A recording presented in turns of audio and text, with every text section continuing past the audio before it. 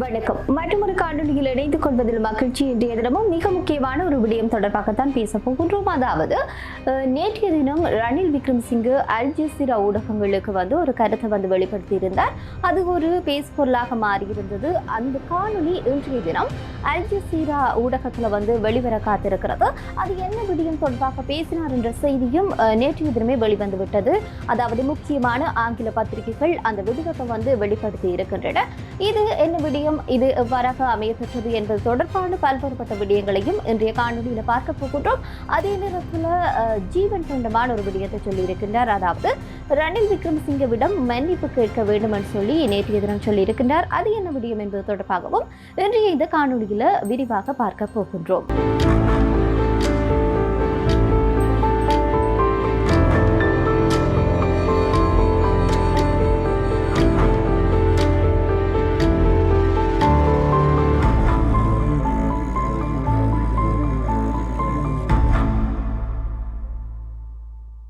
பதவி நீக்கம் செய்யப்பட்டதாக கூறப்படுகின்ற முன்னாள் ஜனாதிபதி கோட்டபய ராஜபக்சவை பாதுகாப்பதற்கான அல்லது அவர் மீதான வழக்கு தொடுப்பதில் இருந்து அவரை பாதுகாப்பதற்கான எந்த ஒரு முயற்சியையும் தான் எடுக்கவில்லை என்று சொல்லி முன்னாள் ஜனாதிபதி ரணில் விக்ரமசிங்கே சொல்லியிருக்கின்றார். தான் ஒரு பிரதமராக இருந்த காலகட்டத்திலும் சரி, ஜனாதிபதியாக இருந்த காலகட்டத்திலும் சரி, இவ்வாறான குற்றச்சாட்டுகள் இடம்பெற்றதை தான் மறுப்பதாக கூறியிருக்கின்றார். அதே நேரத்தில் இவர் முன்னாள் ஜனாதிபதியாக இருந்த சூழ்நிலையில் மட்டுமன்றி 6 வருடங்கள் 6 முறை பிரதமராகவும் பதவியேற்றிருந்தார் என்பது குறிப்பிடத்தக்கது. இந்த ஒரு நிலையில நேற்றைய தினம் அல் ஜசீரா ஊடகத்திற்கு கெட் டு கெட் என்ற நிகழ்ச்சியில பங்கேற்ற போது பல்வேறுபட்ட விடயங்களை சொல்லியிருக்கின்றார். இந்த நிலையில அவர் சொன்ன சில விடயங்கள் முக்கியமானவையாக இருந்தது.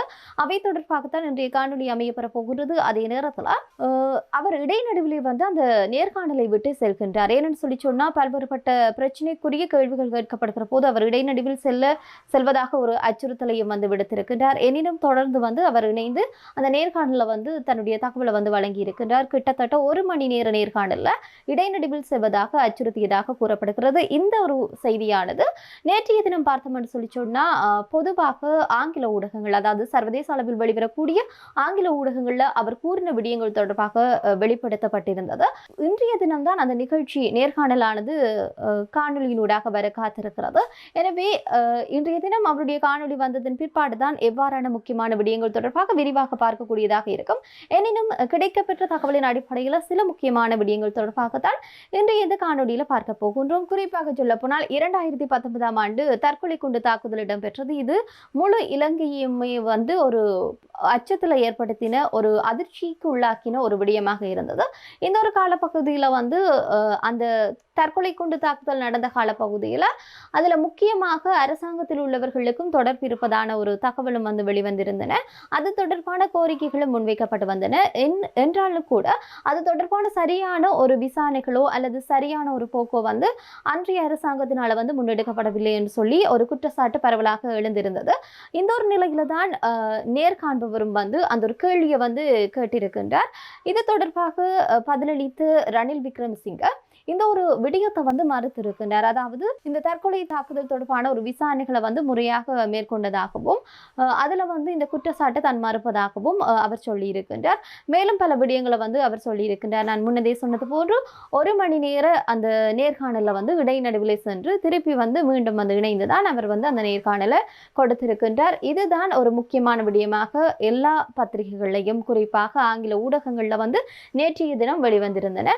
இறுதி உள்நாட்டு யுத்தத்தின் போதும் தொடர்ந்து போர்க்குற்ற விசாரணைகளின் போதும் அரசாங்கம் கையாண்ட விதமும் 1980களில் பிற்பகுதியில் அவருடைய கண்காணிப்பின் கீழ் செய்யப்பட்ட சித்திரவதை குற்றச்சாட்டுகள் ஆகியவற்றை உள்ளடக்கிய ஒரு தீவிரமான விவாதத்திற்காகத்தான் அவர் நேர்காணலில் தொடர்ந்து அமர்ந்திருந்தார். இலங்கை நாட்டில் வழக்கு தொடர்வது குறித்து கேட்கப்பட்ட போது அது தொடர்பான முடிவெடுப்பது என்பது ஒரு அரசியல் பிரமுகர் அல்லாத சட்டமா அதிபர் தான். நாங்கள் அவருக்கு ஆதரவுகளை மட்டுமே வழங்க முடியும் என்று சொல்லி ரணில் விக்ரமசிங்கே கூறியிருக்கின்றார்.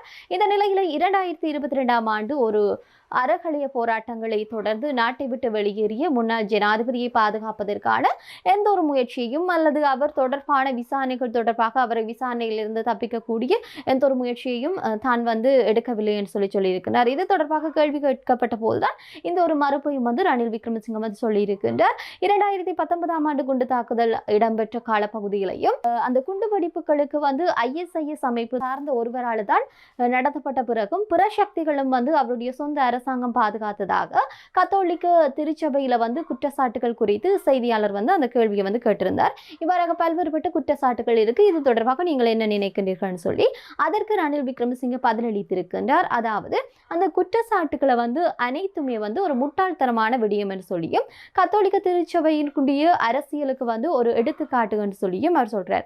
அதாவது இந்த குற்றச்சாட்டு உண்மை இல்லை, அதே நேரத்தில் இது கத்தோலிக்க திருச்சபையினுடைய ஒரு அரசியல் ரீதியான ஒரு எடுத்துக்காட்டாகத்தான் இந்த குற்றச்சாட்டுகள் அமைந்திருக்கிறதுன்னு சொல்லியிருக்கின்றார். இதே நேரத்தில் அவர் அந்த கூற்றை சொன்னதன் பிற்பாடு செய்தியாளர் ஒரு கேள்வி கேட்கிறார். அப்ப கத்தோலிக்க திருச்சபையானது முட்டாள்தனமாக செயற்படுகின்றதான்னு சொல்லி அவர் அந்த கேள்விக்கு ஒரு விளக்கத்தை கொடுப்பது போன்றுதான் ஒரு கேள்வியை கேட்டிருந்தார். அதற்கு ரணில் விக்ரமசிங்கவும் ஆம், கத்தோலிக்க திருச்சபையானது ஒரு முட்டாள்தனமாக செயல்படுகிறதுன்னு சொல்லி பதிலளித்திருக்கின்றார். இவ்வாறாக பல்வேறுபட்ட காரசாரமான ஒரு விவாதம் தான் இடம்பெற்றிருந்ததுன்னு சொல்ல வேண்டும். அடுத்ததாக ஒரு கேள்வியை கேட்கின்றார். அதாவது தமிழீழ விடுதலை புலிகளுக்கும் இலங்கை அரசாங்கத்திற்கும் இடையில போர் ஏற்பட்ட போது பல்லாயிரக்கணக்கான மக்கள் பாதிக்கப்பட்டார்கள். அந்த பாதிக்கப்பட்ட மக்களுக்கு நீதி கிடைத்ததா என்ற கேள்வியை அந்த செய்தியாளர் கேட்கின்றார். இதற்கு பதிலளித்த ரணில் விக்ரமசிங்கவும் அந்த பாதிக்கப்பட்ட சமூகத்திற்கு எந்த ஒரு சமூகத்திற்கும் எந்த விதமான நீதியும் கிடைக்கவில்லைன்னு சொல்லி நேற்றைய தினம் சொல்லியிருக்கின்றார். மேலும் போர்ல பாதிக்கப்பட்டுள்ள மக்களுக்கு அந்த உதவிகளை செய்வதற்கும் மற்றது மருத்துவமனைகள் மீதும் குண்டுகள் வீசப்பட்டிருந்தது. என்னன்னு சொல்லிச்சோன்னா ஒரு போரினுடைய அடிப்படை அறம் என்பது ஒன்று இருக்கு. அதாவது யுத்தம் எப்படியானதாக இருந்தாலும் யுத்தம் ஏற்படுகின்ற போது அந்த குறிப்பாக மக்கள் அந்த தங்கி இருக்கக்கூடிய முகாம்கள்லையோ அல்லது வைத்தியசாலைகளிலோ குண்டுகள் வீசக்கூடாது என்பது அடிப்படை அறமாக இருக்கின்றது. ஆனால் அந்த அறத்தையும் இலங்கை அரசாங்கம் மீறி இருந்தது. யுத்த காலத்தின் போது குறிப்பாக வைத்தியசாலைகள்லையும் பாடசாலைகள்லையும் குண்டுகள் வீசப்பட்டன. இந்த ஒரு நிலையில தான் செய்தியாளர் ஒரு கேள்வியை கேட்டிருக்கின்றார். அதாவது யுத்த காலத்தின் போது அந்த பாதிக்கப்பட்ட மக்களுக்கு உதவி செய்ததை தடுத்திருக்கின்றார்கள். மருத்துவமனைகள் குண்டு தாக்குதலை வீசி இருக்கின்றார்கள். இப்படிப்பட்ட சூழ்நிலையில இந்த ஒரு விடயத்தை நீங்க எப்படி ஏற்றுக்கொள்கின்றீர்கள்? சரியான விடயம் நடந்ததா அப்படின்னு சொல்லி கேட்க ரணில் விக்ரமசிங்க இந்த மருத்துவமனைகள்ல குண்டு வீசப்பட்டுள்ளதை ஏற்றுக்கொண்டிருக்கின்றார். ஆனால் அத்தகைய குண்டுகள் திட்டமிட்டு வேணுமென்றே மேற்கொள்ளப்பட்டதான்னு சொல்லி சொன்னா அந்த ஒரு விடயத்தை அவர் மறுத்திருக்கின்றார். மேலும் மருத்துவமனைகள் மீது குண்டுகளை வீசியது விமானப்படைன்னு சொல்லியும் அவற்றின் மீதும் சில நடவடிக்கைகள் எடுக்கப்பட்டதாக கூட ரணில் விக்ரமசிங்க கூறியிருக்கின்றார்.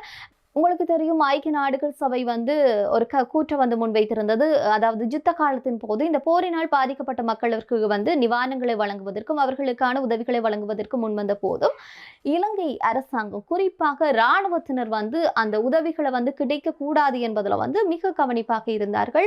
அவர்கள் அந்த உதவிகளை தடை செய்திருந்தார்கள். ஏன்னு சொல்லி சொன்னா அங்கு மக்கள் இருக்கின்றார்களா அல்லது அவர்கள் கூறுவது போன்று அங்கு ஆயுதம் ஏந்திய படைகள் இருக்கின்றார்களா என்று தெரியாது. எனவே நாங்கள் இந்த உதவிகளை செய்ய விடமாட்டோம் என்ற ரீதியில் அவர்கள் சில உதவிகளை தடுத்திருந்தார்கள். இந்த ஒரு சூழ்நிலையில இந்த ஒரு விடயத்தை அந்த செய்தியாளர் கேட்டிருக்கின்றார். இதை நீங்கள் ஏற்றுக்கொள்கின்றீர்கள், இவ்வாறு நடந்ததான்னு சொல்லி அதற்கும் ரணில் விக்ரமசிங்க ஒப்புக்கொண்டிருக்கின்றார். ஆம், அவ்வாறு நடைபெற்றதுதான். இந்த உதவிகள் கிடைப்பதில் இந்த இராணுவத்தினர் தடைகளாக இருந்தார்கள் என்று சொல்லியிருக்கின்றார். இன்னும் ஒரு மிக முக்கியமான ஒரு கேள்வியை கேட்டிருக்கின்றார். அதாவது அமெரிக்க வெளியுறவுத்துறையானது ஒரு போர்க்குற்றவாளியாக முன்னாள் முப்படைகளுடைய இராணுவ தளபதியாக இருந்து சவேந்திர சில்வாவை சொல்லியிருந்த வேளையிலும் நீங்கள் ஜனாதிபதியாக வந்ததன் பிற்பாடு மீண்டும் அவரை முப்படைகளுடைய தளபதியாக அறிவித்ததற்கான காரணம் என்னன்னு சொல்லி அந்த செய்தியாளர் ரணில் விக்ரமசிங்கவை பார்த்து கேட்டிருக்கின்றார். அதற்கு பதிலளித்த முன்னாள் ஜனாதிபதி ரணில் விக்ரமசிங்க ஒரு தேர்தலின் போது இராணுவ தளபதிகளை மாற்றக்கூடாது என்பது ஒரு நடைமுறை என்று சொல்லியிருக்கிறார். அதே நேரத்தில் நான் பொறுப்பேற்றுக் கொண்ட போது அதை சரிபார்த்தேன். ஜெனரல் சில்வா அதில் ஈடுபடவில்லை என்பதை நான் திருப்தி அடைந்தேன் என்று சொல்லி அந்த ஒரு குற்றச்சாட்டை அவர் மறுக்கின்ற விதமாக, அதாவது போர்க்குற்றவாளி என்று சொல்லி அவரை வந்து நிரூபித்தாலும் கூட, அதாவது அவரை வந்து போர்க்குற்றவாளியாக குற்றம் சாட்டப்பட்டிருக்கிற சூழ்நிலையிலும் இதை ஏன் கொண்டு வந்த நீர்கள் என்ற கேள்விக்கு அவர் இவ்வாறு பதிலளித்திருக்கின்றார். இதே நேரத்தில் ரணில் விக்ரமசிங்க சார்பாக ஒரு குற்றச்சாட்டு இருக்கின்றது. அதாவது 1980 கால பகுதியில் அவர் ஒரு அமைச்சராக இருந்த சூழ்நிலையில பட்டலந்து என்ற வீட்டு தொகுதியில வந்து சட்டவிரோதமாக தடுத்து வைத்திருந்தமை, சித்திரவதை செய்யப்பட்டுள்ளமை மற்றும் கொலைகள் செய்யப்பட்டுள்ளமை பற்றி ரணில் விக்ரமசிங்கவிற்கு வந்து தெரியும் என்று அரசாங்க ஆணையகம் கூறிய கருத்துக்களை வந்து ரணில் விக்ரமசிங்க மறுத்திருக்கின்றார். இதற்கிடையில 2 ஆண்டுகளில் நான் பொருளாதாரத்தை மீட்சி பெற செய்திருக்கின்றேன், அதாவது பணவீக்கம் குறைக்கப்பட்டிருக்கிறது, இது மிகவும் கடினமானது செய்து முடித்திருக்கின்றேன். அதே நேரத்தில் என்னுடைய ஜனாதிபதி காலத்தின் போது நான் மிகவும் மகிழ்ச்சியாக உணர்கின்றேன், அந்த நேரத்தில் நான் பல்வேறுபட்ட விடயங்களை செய்திருக்கின்றேன், அதற்காக நான் மகிழ்ச்சியாக உணர்கின்றேன் என்று சொல்லியிருக்கின்றார். குறிப்பாக IMF ஒப்பந்தத்தை காட்டித்தான் அவர் இந்த விடயத்தை வந்து சொல்லியிருக்கின்றார். தான் அவ்வாறு செய்யவில்லை என்று சொன்னா நாடு என்று பொருளாதார அரசியல் ரீதியில் மிகப்பெரிய ஒரு சரிவை ஏற்படுத்தி இருக்கும் சொல்லி ரணில் விக்ரமசிங்க கூறியிருக்கின்றார். இதே நேரத்தில் இன்னும் ஒரு மிக முக்கியமான ஒரு செய்தியும் வெளிவந்தது. அதாவது நீதி அமைச்சராக இருக்கக்கூடிய கர்ஷன நாணயக்கார வந்து ஒரு கருத்தை வந்து முன்னாள் ஜனாதிபதி தொடர்பாக முன்வைத்திருக்கின்றார். அதாவது நாடாளுமன்றத்தில் தான் அவர் இந்த விடயத்தை வந்து சொல்லியிருக்கின்றார். அதற்கு வந்து மன்னிப்பு வெளியிட வேண்டும் என்று சொல்லி ஜீவன் தொண்டமான் வந்து கோரிக்கை விடுத்திருக்கின்றார். அதாவது நாடாளுமன்றத்தில் உரையாற்றிய ஜீவன் தொண்டமான் தான் நீதியமைச்சர் முன்னாள் ஜனாதிபதியை ஒரு திருடன் மற்றும் பிச்சைக்காரன் சொல்லி நாடாளுமன்றத்தில் குறிப்பிட்டிருப்பதாக ஜீவன் தொண்டமான் கூறியிருக்கின்றார். இன்று நீங்கள் அனைவரும் வாக்களிக்கப்பட்டு உங்கள் இருக்கையில் அமர்ந்திருக்கின்றீர்கள். ஏனென்றால் மக்கள் மாற்றத்தை வந்து விரும்பி இருக்கின்றார்கள். நிர்வாக ரீதியாக மட்டுமல்ல, அரசியல் கலாச்சார ரீதியாகவும் மக்கள் வந்து மாற்றத்தை விரும்பி இருக்கின்றார்கள். இந்த நிலையில தேசத்தை காப்பாற்றிய ஒருவரை பற்றி திருடன் என்றும் பிச்சைக்காரன் என்றும் கூறுவது பகுத்தறிவு அற்றது. இதற்காக நீங்கள் மன்னிப்பு கேட்க வேண்டும் என்று சொல்லி ஜீவன் தொண்டமான் வந்து கேட்டுக்கொண்டிருக்கின்றார். இதுவும் ஒரு மிக முக்கியமான ஒரு விடயமாக ரணில் சார்பாக வெளிவந்த ஒரு விடயமாக காணப்படுகிறது. மேலும் ஊழலற்ற அரசியல்வாதிகள் தொடர்பான பல்வேறுபட்ட விடயங்கள் வெளிக்காட்ட வேண்டும் என்று சொல்லியும் ஜீவன் தொண்டமான் குறிப்பிடுகின்றார். ஊழல் தொடர்பான பெயர்களை கொண்ட பட்டியல் வெளியிடப்பட வேண்டும் என்று சொல்லியும் ஜீவன் தொண்டமான் வந்து நேற்றைய தினம் பாராளுமன்றத்தில் வந்து கருத்தை வந்து வெளிப்படுத்தி இருக்கின்றார். இவ்வாறான விடயம் மிக முக்கியமான விடயமாக பேசப்பட்டது. இது தொடர்பாகத்தான் இன்றைய காணொலியில் பார்த்திருக்கின்றோம். மற்றும் ஒரு காணொலியில் சந்திக்கும் வரை விடைபெற்றுக் கொள்ளும் நான் ரோஷியானி மனோரஞ்சன். நன்றி.